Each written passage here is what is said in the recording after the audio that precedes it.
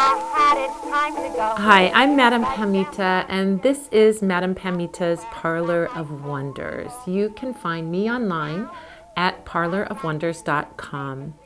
Well, in today's episode, we're going to be talking about poppets, and in particular, beeswax poppets.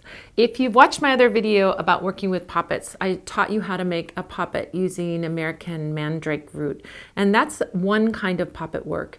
You might be familiar with another kind, which is the thing that they call voodoo dolls. It's a little stuffed doll that you sew together out of fabric. That's another kind of poppet, but today we're going to be talking about working with a beeswax poppet. Now, one way that you can work with a beeswax poppet is you can mold one yourself. I have here some moldable wax. This is moldable beeswax, and you can soften it with your hands and then mold it into the shape of a person. I'm not going to do that whole thing for you right now, but you can get the idea that you mold this. This kind of beeswax is made by Stockmar. There's a company that makes this modeling beeswax. And so you can use it. It comes in a lot of colors. There's lots of different colors besides green. There's, all the basics: red, purple, blue, brown, any color you might want for a magical purpose. But using this modeling beeswax is one way to do that. And you just sort of soften it with your hands, the warmth of your hands, and then use it to form the shape of a person. And then once you did that, you could work on that poppet just like you work on any other poppet. You can make that person. Here we go. Just making one very quickly here. You can see he looks a little bit like Gumby. You might want to do a green one for a boss that you want to pay you, or somebody that owes you money, and getting them to give you what it is that you want. But we're going to talk about doing a different kind of poppet, because this one you have to go out and get that wax, you have to mold it yourself. But there's another way to make a poppet that's really easy, and that is to use an existing candle as your poppet. I have here two examples. We have a skull candle and we have a figural candle. And either one of these can be used as poppets. What that means is that you're not going to burn the candle. You're just going to use the candle as a doll. And so let's say, for example, we had our pink skull candle. We could snip off that wick and just use it to do our spell work in a way to make someone thinking about us. So let's do that right away. We'll talk about how to do that. So go ahead and cut off that wick. You're not going to be using it as a candle, and so you don't need that wick on there. You're just going to be using it as a skull to get someone to think about you and to do work over time. Now, with a skull candle or with the skull doll baby or poppet, you can inscribe what it is that you want the person to think all over that skull. You've got lots of room to be writing what it is that you want to influence someone's thoughts. Skulls are always used for influencing people or influencing thoughts or changing your own mindset and so on. So since our example is we're going to get someone to think about us, and since we have a pink candle, we can use that for thinking romantic thoughts. I thought in this example I would use marriage oil, and we would talk about someone getting the idea to make a marriage proposal, or for someone to accept a marriage proposal. So in this example, I could use my nail or my ritual knife or something like that, and I could write words like marry me or marriage. I could write happy, love, whatever, and I could just write that. I could write the name of the person, John plus Mary or something like that. I could write that all over what it is that you want them to think about. Once you've done that and you've inscribed everything that you want, now you can use this as a poppet. So how you would do that is to get a little bit of oil, and each day put a couple drops of that oil.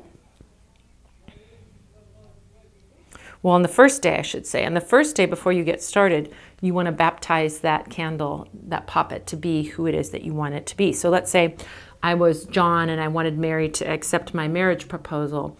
I would then baptize that candle and I would say, you are Mary, and what I do to you, I do to Mary. What I influence on you, I influence on Mary. It's a way of baptizing it. You are Mary Smith. And so then once I've done that, I can start to work with that candle on a daily basis. So I would, in this case, get my oil of what it is that I wanted Mary to start thinking, and I would put that oil on the candle. As I put it on that candle each day, I would talk to it and say, you know, Mary, you are thinking very positively of my marriage proposal. You want to marry me, you will accept my marriage proposal, and so on. You can apply it and very lovingly talk to it. You notice I'm looking at the candle and I'm applying that oil almost as if I were caressing my beloved. So that's the way you do that. And you can do that each day to sort of work on somebody's thoughts and over time influence their thoughts in a very positive way.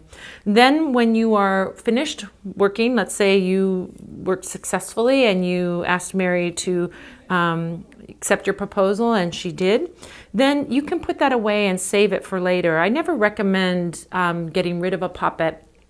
I never recommend getting rid of it unless you are completely done with that person.